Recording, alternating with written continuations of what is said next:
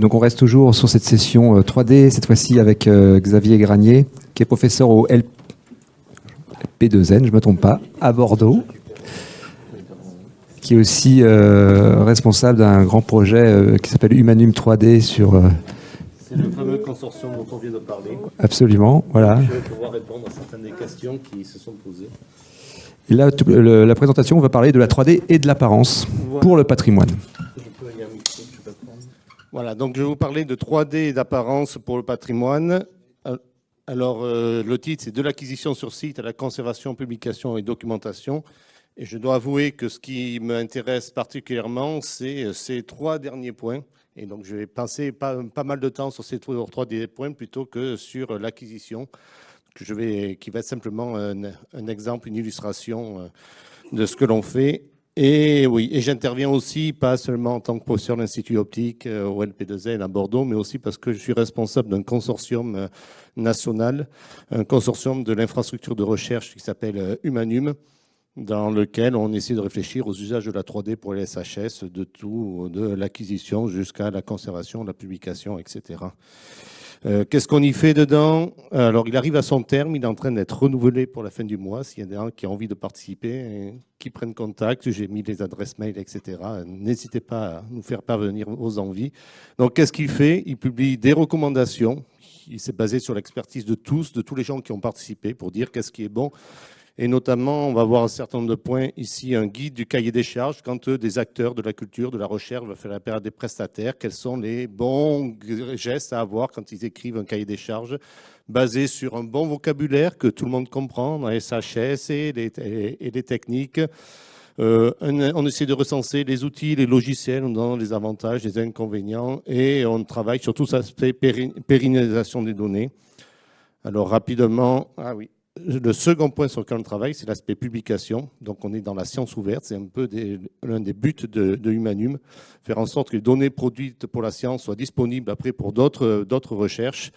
Et on essaie donc de faire en sorte de donner les bonnes pratiques pour que les données soient disponibles. Et on essaie de respecter ce qu'on appelle les principes FAIR. Je ne sais pas si tout le monde a entendu ça. Le fait qu'on puisse trouver les données, qu'on puisse y accéder, qu'elles soient interopérables entre différents systèmes de préservation et qu'elles soient réutilisables au final.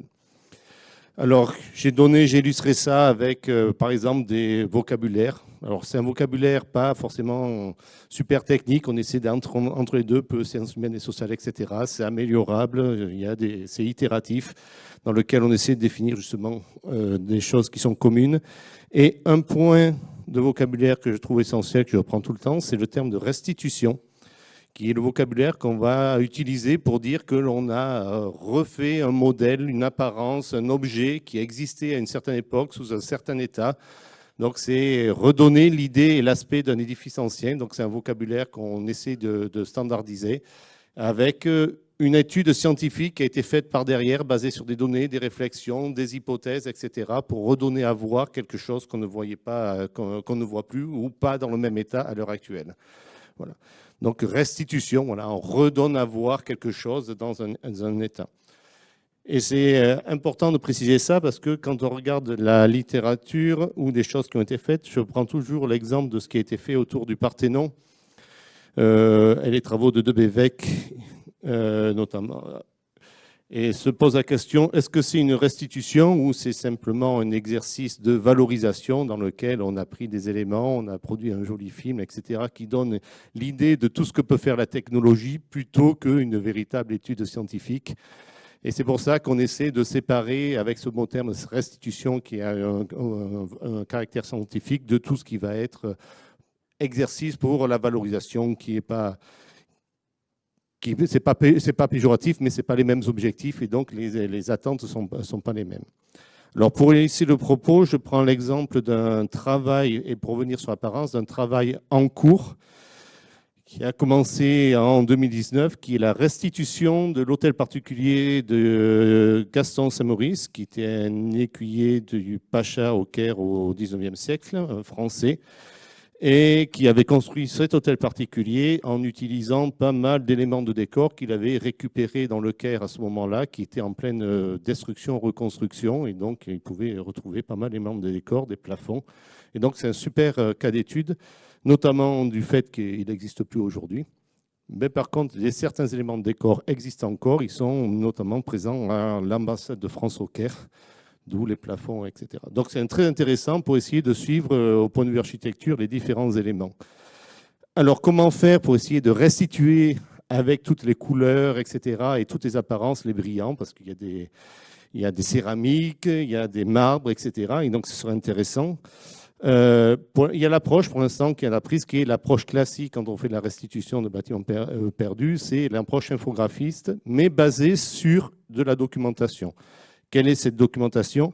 Je mets ici des codes barres et des DOI. C'est un endroit où toutes les données, les images sont publiées. Donc, vous pouvez y accéder. Ce n'est pas une publication en termes de papier, etc. Mais c'est l'endroit où sont publiées les données. Vous pouvez y accéder. Donc, comment on fait cette restitution ? Là, pour l'instant, on peut avoir des plans. Bon, on a le plan du premier étage, mais pas le deuxième ni le troisième. Et ça, c'est aux archives de Nantes qu'il y a ça. Il y a des aquarelles. On a eu la chance d'avoir une photo qui a été prise. Elles ont été après mises en vente aux enchères et on ne sait plus où elles se trouvent à l'heure actuelle. Donc, on n'a plus que l'archive numérique à ce moment-là. Ce qui est intéressant, c'est qu'il y a un dessin du second étage là-dessus. Voilà. Alors, après, il y a des photos. Parce qu'au XIXe siècle, déjà, il y avait pas mal de photos. Donc, on peut s'y retrouver. Et même des photos en couleur. Donc, c'est intéressant. Et comme j'ai dit, il y a des éléments de décor qu'on est allé numériser directement au Caire, pour essayer de retrouver cet aspect-là. À partir de tout cet élément-là, voilà un essai de restitution qui est loin d'être complet, c'est que texture, point d'apparence est limité. Alors, pour améliorer l'apparence, une idée, c'est d'aller sur place et faire des mesures pour pouvoir retrouver l'état des brillances et des propriétés de réflexion BRDF. Donc, c'est ce qui a été fait. Je présente ce schéma compliqué et simplement ce qu'il y a, c'est qu'il y a plusieurs points de vue. Il y a de l'imagerie HDR pour pouvoir voir toute la dynamique et retrouver les propriétés de réflexion. Il y a plusieurs sources de lumière qu'il faut calibrer, retrouver les positions, etc. Il y a de la segmentation de matériaux. On a essayé de faire de l'imagerie spectrale pour essayer, par rapport aux pigments, de décomposer les différents matériaux et multiplier ainsi les informations. Donc ça, c'est une thèse qui sera normalement défendue au mois de décembre. Voilà, c'est tous les travaux qui ont été faits. Et pour l'instant, ce qu'on obtient, alors ce n'est pas métrologique pour l'instant, c'est simplement visuel. Voilà les photos qui ont été prises. Voilà la reprojection de ce qui a été fité, approché. Pas de deep learning pour l'instant, mais du differential rendering dont on a parlé tout à l'heure. Et si on change le point de vue, on voit bien les effets de brillance. Par contre, ce que l'on sait maintenant, après cette plongée, faire des acquisitions, etc., c'est que ce n'était pas du tout l'apparence de l'époque. Ça a été peint, repeint, repeint. On a au moins 2-3 états entre-temps. Alors, comment retrouver cette apparence qui a été disparue ? La seule chose qu'on a pour l'heure actuelle, c'est des photos en noir et blanc. Alors, pour des brillances, ça peut être intéressant, mais on n'a que ce point de vue-là. Donc, c'est assez limité. Il faut faire des hypothèses. On a l'état du plafond aujourd'hui et on sait que c'est du repeint. Donc, au point de vue colorimétrie, etc., Par contre, il y a certainement peut-être des propriétés de BRDF, etc., qui pourraient être similaires à l'époque, notamment pour les peintures dorées sur lesquelles on pourrait reprojeter et essayer de trouver. Voilà. Alors, on sait qu'il existe un autre élément de décor qui est au Victoria and Albert Museum à Londres et qui avait été exposé en 1878 à l'exposition universelle à Paris. Et donc ça, on sait que ça date de cette époque-là. On a les traces d'achat, etc. On sait que c'est ce qui a inspiré ou qui a été utilisé pour pouvoir faire le plafond à l'époque. Donc il y a pas mal d'influences, mais on voit que les couleurs sont assez différentes et en plus, l'état de conservation n'est pas terrible. Donc il faut essayer de retrouver ça. Donc pour essayer d'aller plus loin, on a repris la BRDF, le modèle de BRDF qui a été développé pour pouvoir faire du fitting. Et on a essayé, dans un stage cet été, donc c'est très préliminaire tout ça, de jouer avec les différents paramètres de couleur, de brillance, etc., pour voir si en noir et blanc, on arrivait à reproduire l'apparence qu'on avait en noir et blanc. Moi, l'hypothèse personnelle, et il faudrait que je vois avec celle qui gère le chantier, c'est que les couleurs seraient à peu près celles-ci, mais qu'il faut jouer avec les brillants pour pouvoir retrouver l'apparence que l'on a à cet endroit-là. Pour l'instant, on n'a pas réussi. On a été obligé de mettre du doré plutôt que du turquoise dans le fond. Je ne suis pas pleinement satisfait, mais voilà, ça fait partie des choses sur lesquelles on essaie de travailler. Alors, tout ça aussi, je l'ai présenté parce qu'un élément essentiel pour pouvoir faire tout ça, c'est l'accès à toute la documentation et à tous les éléments. Voilà. Et c'est vraiment très important de conserver absolument toutes ces informations pour pouvoir retravailler, tester les hypothèses, etc. Là, c'est un autre exemple que je prends souvent en exemple dans lequel un essai de restitution du temple de Karnak qui date de 1990, qui a été fait avec des logiciels de modélisation de plateformes pétrolières de EDF, qui n'avaient pas de surface, mais que des volumes. Ça a été gardé et chaque fois, on est reparti de l'étape précédente pour arriver plus récemment à ce qui a été fait ici. On n'est pas obligé de repartir de rien et on a l'état de la connaissance scientifique en 3D à un moment ou à un autre. Voilà. Donc, c'est exactement ce sur quoi on essaie de travailler au sein du consortium. Et il y a un formalisme qui a été mis en place, qui est ce qu'on appelle le graphe séquentiel, le cycle de vie des données dans les productions 3D SHS, de la collecte des informations qui sont importantes à garder, parce que ça, c'est la donnée mesurée, scientifique, brute, etc., qu'il faut pouvoir mettre à disposition, que l'on peut reprendre. Il y a toutes les données sur lesquelles il y a un traitement qui est intervenu, automatique ou humain à ce moment-là. Et après, il y a l'étape suivante dans laquelle interviennent les hypothèses scientifiques, dans lequel il peut y avoir un certain nombre d'itérations parce que les hypothèses ne sont pas les mêmes, etc. Et presque à chaque étape, il faudrait, je mets au conditionnel maintenant, on va voir un peu plus tard pourquoi, il faudrait pouvoir sauvegarder ces données parce que c'est des hypothèses scientifiques. Si d'autres veulent reprendre les travaux par derrière, il faut qu'elles soient présentes. Et après, il y a quand même un livrable qui est tout ce qui est l'aspect valorisation. On ne recommande pas forcément de stocker parce que ça ne correspond pas à une étape scientifique, mais c'est quand même des étapes importantes en termes de communication. Et pour ça, merci pour l'introduction, vous pouvez cliquer dessus, vous verrez, il y a le Conservatoire national des données 3D, qui est un outil qu'on essaie de mettre en place, sur lequel il y a une visionneuse. Si vous cliquez sur ces 3 petits cubes-là, vous verrez l'ensemble des objets qui sont directement en 3D. Vous verrez ici une recherche avec plein de mots-clés standardisés. Vous avez des collections possibles, une collection d'os par exemple à cet endroit-là, une collection de silex aussi qui ont été faits. Voilà, donc c'est en pleine croissance. Bon, on n'a qu'un téraoctet, désolé pour ceux qui font un objet, 1 téraoctet de données. Nous, on a 816 dépôts et on a 1 téra de données parce que c'est pour l'instant, c'est des petits objets. Mais je dois avouer que du côté de la cellule de transfert Archéovision sur Bordeaux, ils ont plus de 110 téraoctets de données qui attendent de pouvoir être déversés un jour là-dedans. Et ça fait partie des questionnements. Voilà. Donc, c'est accessible pour tous ceux qui dépendent des institutions de recherche. On aimerait bien que ça dépende aussi pour les institutions de la culture. Le jour où les 2 ministères s'entendront, on pourra le faire. Voilà. Donc après, il y a tout ce qui est le fait qu'on puisse les trouver. Donc on peut avoir un DOI sur les données qu'on publie. On peut référencer les publications qu'on a fait dans HAL. Et dans HAL, on peut référencer le DOI. Donc les deux sont liés si on veut pouvoir déposer. Le plus important dans tout ça et sur lequel je voulais insister, c'est le fait que ça soit documenté et dans une documentation standard. C'est le jeu de métadonnées, les ontologies et les vocabulaires qui ont été faits.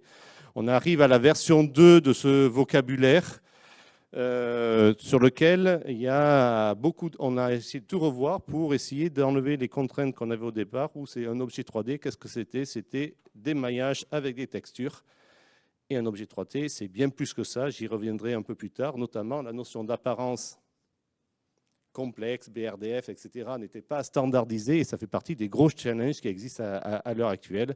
On peut voir que l'apparence peut apparaître à différents endroits ici dans le schéma de métadonnées et ça fait partie des choses sur lesquelles il faudrait définir un vocabulaire, quels sont les mots-clés, les différents types d'apparence que l'on puisse avoir. L'importance d'avoir un vocabulaire commun, c'est qu'après, on peut diffuser les données, les rendre interopérables avec différents systèmes. Donc ce schéma-là, c'est simplement pour dire que c'est moissonné à travers Isidore. Donc Isidore est une plateforme nationale développée par Humanum, Isidore Press Science, qui permet de moissonner toutes les données issues de la recherche en SHS, des données qui sont publiées dans HAL, sur des documents de la BNF, etc. Et donc pour faire des recherches et croiser les informations. Et par exemple, on peut croiser un article sur des données liées à Karnak et des données 3D qui ont été faites à cet endroit-là. C'est quelque genre de choses qu'on peut faire. Et à terme, ça me permettra d'être moissonné à l'Europe, chose qu'on a déjà fait par un autre canal qui nous permet d'être moissonné aussi à l'Europe. Donc cette histoire de vocabulaire est quelque chose de très intéressant à faire. Mais voilà, encore une fois, sur le côté apparence, on n'a vraiment pas grand-chose à l'heure actuelle, à part la notion de texture et de couleur. C'est à peu près tout ce qu'on a comme information. C'est remonté au niveau de certains rapports européens, Vigie, Pure 3D, etc., dans lesquels ils disent qu'il y a un énorme besoin d'aller sur l'apparence, des critères de qualité, etc., sur lesquels pour l'instant il n'existe absolument rien du tout. La visualisation dont on parlait, pour l'instant on a 2 solutions, mais elles sont limitées à des objets avec de la texture, des couleurs, etc. La notion, pas parce qu'il n'y a pas des technologies qui existent, mais parce qu'il faut se poser la question de qu'est-ce qu'on utilise, qu'est-ce qui va représenter, quel type d'apparence on a, et pour l'instant il n'y a pas eu ce genre de questionnement. Voilà, c'est ce que je mets dans ce transparent-là. Il y a une très très grande demande pour avoir des outils de visualisation, c'est ce qui a été illustré dans le propos juste avant. Sur lequel moi je vais un peu plus à reculons puisque je suis conscient des impacts en termes d'infrastructure, ce qu'il y a derrière, du coût de développement, du coût de maintenance, etc. Donc on essaie de choisir, de faire les bons choix. Et il reste plein de choses à définir parce qu'il y a plein de choses, notamment vis-à-vis de l'apparence, qui est le point suivant, où on ne sait pas exactement comment les représenter. Et justement, représenter... Ah, mon animation est cassée. C'est un des travaux du consortium, c'est quels sont les bons formats pour l'archivage. Il y a 2 choses, la conservation et l'archivage. L'archivage a des contraintes dures en termes de format de données, notamment de réutilisabilité, lisibilité, etc., qui demandent des processus de standardisation assez longs, sur lesquels, par exemple, au CINES, est-ce que vous avez déjà entendu parler du CINES ? Centre informatique, il y a l'éducation, enseignement supérieur, après national, c'est l'endroit où sont stockés la plupart... toutes les thèses sont notamment là-bas. Donc, c'est du côté Montpellier, 2 lignes électriques dédiées pour pouvoir, si une tombe en panne, pour pouvoir avoir autre chose. Et voilà. Avec des archivages avec plus de 15 ans en gardant. Voilà. Mais il y a un certain nombre de contraintes. Et pour l'instant, le consortium n'a fait qu'une seule chose, c'est standardiser des données 3D. Et pour tout ce qui est apparence, c'est un problème et on a fait des tests en disant je prends des données qui ont été modélisées sur 3D Studio, je les mets sous Blender, est-ce que je retrouve la même apparence, même le rendu? Il n'y a rien qui marche à ce niveau-là. Il y a un gros travail à faire pour être sûr que ce que l'on a fait d'un côté puisse être exploité de l'autre. Voilà. Après, il y a d'autres notions. Il y a la notion de volume, etc., de données volumiques. Autre chose sur laquelle l'apparence intervient, c'est la notion, on a parlé... Souvent, la 3D est associée à d'autres informations, qui est la documentation, qui peut être les mesures physico-chimiques, les spectres, les compositions, etc. C'est comment faire pour pouvoir associer les 2 informations, utiliser la 3D pour accéder naturellement à toutes ces informations.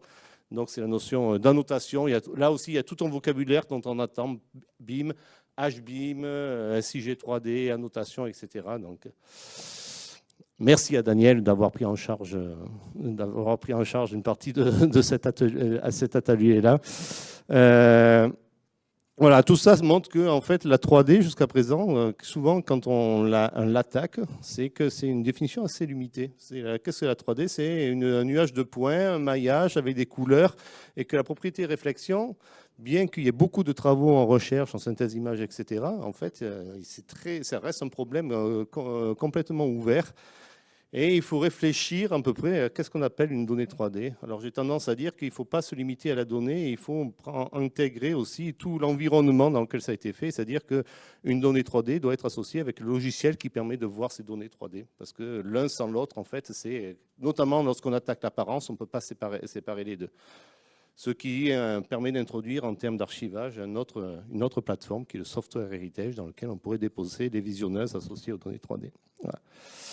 Alors, autre chose aussi qui, moi, me pose des questions, et surtout pour l'apparence qui est complexe, multidimensionnelle, on a parlé de 1 Tera par donnée ce matin, c'est le fait que quand on met en place des infrastructures comme ça, nationales, gratuites entre guillemets, pour préservation à très long terme, puisque c'est pour l'archivage, ça ne fait qu'augmenter, et on produit des masses de données massives, et donc à un moment, il faut se poser la question de est-ce que c'est nécessaire, comment on le fait, quelle est l'information qu'il faut aller chercher, etc. Et notamment en termes d'apparence, ça c'est une question qui est absolument fondamentale. Donc ça fait partie des éléments de réflexion qu'on va essayer de mener avec le consortium Et c'est vrai qu'à l'heure actuelle, quand on parle d'apparence, on dit ce qu'on veut, c'est essayer de retrouver, donc ça c'est pris de la thèse d'Antoine Lucas, cette illustration, retrouver exactement la même caractère, même précision en termes de visualisation, c'est-à-dire voir virtuellement l'objet exactement de la même façon que si on était devant. Donc ça, c'est parce qu'on veut reproduire. Quand on pose cette question-là, on veut aller sur, en quelque sorte, la notion de jumeaux numériques. Voilà. Et c'est un terme qui commence à être diffusé. Il y a un article justement de 2023 de Federico Nicolucci, qui est quelqu'un très important dans le domaine de la 3D et du patrimoine au point de vue Europe, dans lequel il parle de héritage digital twin. C'est essayer de faire un jumeau numérique pour pouvoir représenter. Mais en fait, si on regarde, c'est issu de l'industrie, mais si on regarde dans le principe, c'est en fait, il ne parle pas tellement des données. Je reboucle sur ce que je dis au début, ce n'est pas tellement les données, mais ce qui est important, c'est toute la documentation qui est associée, qui fait qu'on peut retrouver les données, qu'on peut interagir, refaire des choses avec, etc. Et c'est ce point-là qui est presque essentiel lorsqu'on va notamment attaquer l'apparence et pouvoir avoir toutes ces informations au-delà de la simple couleur et de ces informations-là, pouvoir associer les deux. Voilà. Et en termes de réflexion, c'est-à-dire qu'il faut repenser, désolé pour le transport en anglais, le fait que quelles données je dois... Quelle est la question que je me pose au point de vue archéologie, au point de vue patrimoine? Est-ce que j'ai vraiment besoin de devoir faire des données? Quel type de données je dois avoir, etc. Donc il faut réfléchir pour avoir ces éléments-là. Et je vais simplement finir sur encore un peu de publicité. Donc on est en train de refaire une labellisation. J'espère que ça va être reparti pour une dizaine d'années.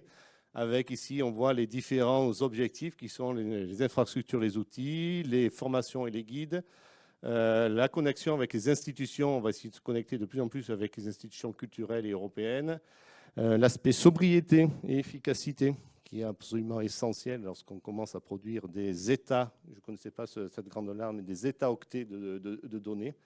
On est à peu près à 30 par an et visiblement, on va passer à 100 états-octets par an d'ici quelques années. Et ça commence à faire beaucoup. Voilà. Et ici, il y a un atelier apparence pour les données 3D que j'espère va être mené de front avec le GDR APAMAT. Et merci à Lionel et Romain d'avoir accepté de coordonner cette partie-là. Merci beaucoup.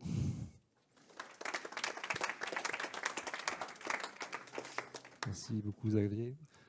Y a-t-il des questions là sur cette très belle réflexion? Merci pour la présentation, c'est intéressant. J'ai une question sur les données, en fait, parce que oui. j'ai travaillé dans l'industrie un certain nombre d'années, enfin, même beaucoup, je commence à être grisonnant, notamment dans l'aéronautique, etc. Pour fabriquer un avion, il y a 600 sous-traitants, ça parle d'apparence, il y a 1 milliard de pièces, et puis tout le monde échange, et puis ça marche, quoi.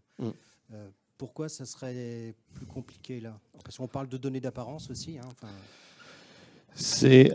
Alors, mon explication à moi, qui vaut ce qu'elle vaut, parce que c'est la mienne, c'est pas celle du consortium, je ne parle pas au nom du consortium, je parle en termes que la mienne, c'est que pour l'instant, il n'y a pas vraiment... Chacun a des objectifs différents.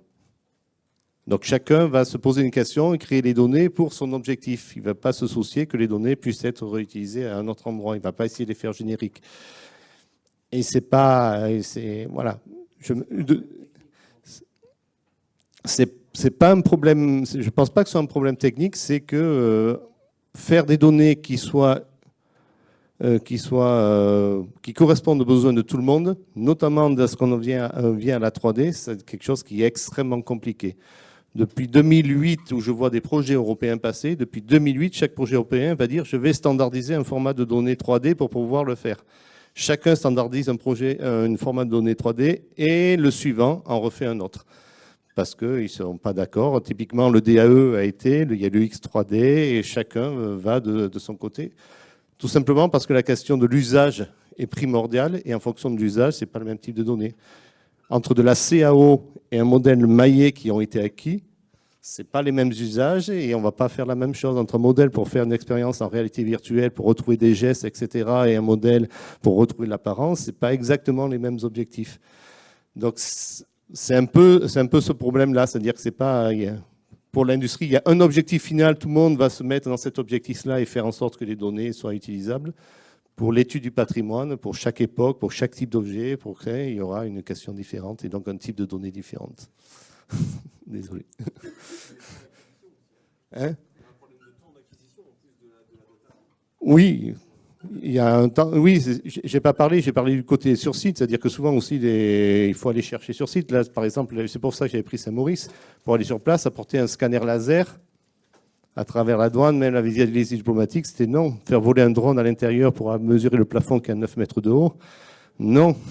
Donc, il faut tout reconcevoir en fonction du contexte, etc. Voilà, apporter un drone pour aller mesurer dans une grotte. Si le drone tombe à l'endroit où il faut surtout pas marcher, on n'aura plus jamais le droit de rentrer dans cette grotte-là. Voilà. Voilà. Donc voilà, chaque cas est un cas particulier et je pense que c'est ça qui rend le fait d'avoir un standard très compliqué. Et c'est pour ça que je pousse plus l'idée de recommandation que l'idée de standard. Moi, j'avais une question un petit peu parallèle sur la partie du concept de restitution et le fait que ça soit basé sur des hypothèses et sur l'agglomération de données assez hétérogènes. Est-ce qu'il y a des gens qui ont travaillé sur le fait de rendre en fait la fiabilité de la restitution, de se dire qu'on a une cartographie 3D et de se dire que là, on a des zones, je ne parle même pas de standardisation, puisqu'on voit que c'est un vrai problème, mais de rendre visuel le degré de fiabilité des hypothèses. Oui, je ne peux pas aller plus loin, mais je peux dire que les gens de la MSH de Tours l'ont fait. En partenariat avec le MAP Gamso à Marseille. Voilà. Donc, je ne peux pas en dire plus parce que je n'aurai pas tous les détails. Mais voilà, il y a des gens qui ont travaillé là-dessus. Et information aussi, c'est-à-dire quand on parle de données 3D, je ne l'ai pas précisé, ce n'est pas que le maillage, c'est la donnée 3D avec toute la documentation. Dans la restitution, on ne sépare pas la documentation de l'objet final. On ne sait, voilà, c'est un tout, il faut garder absolument toutes les informations qui ont mené à produire le résultat final qui est une hypothèse scientifique. Merci beaucoup Xavier. Merci.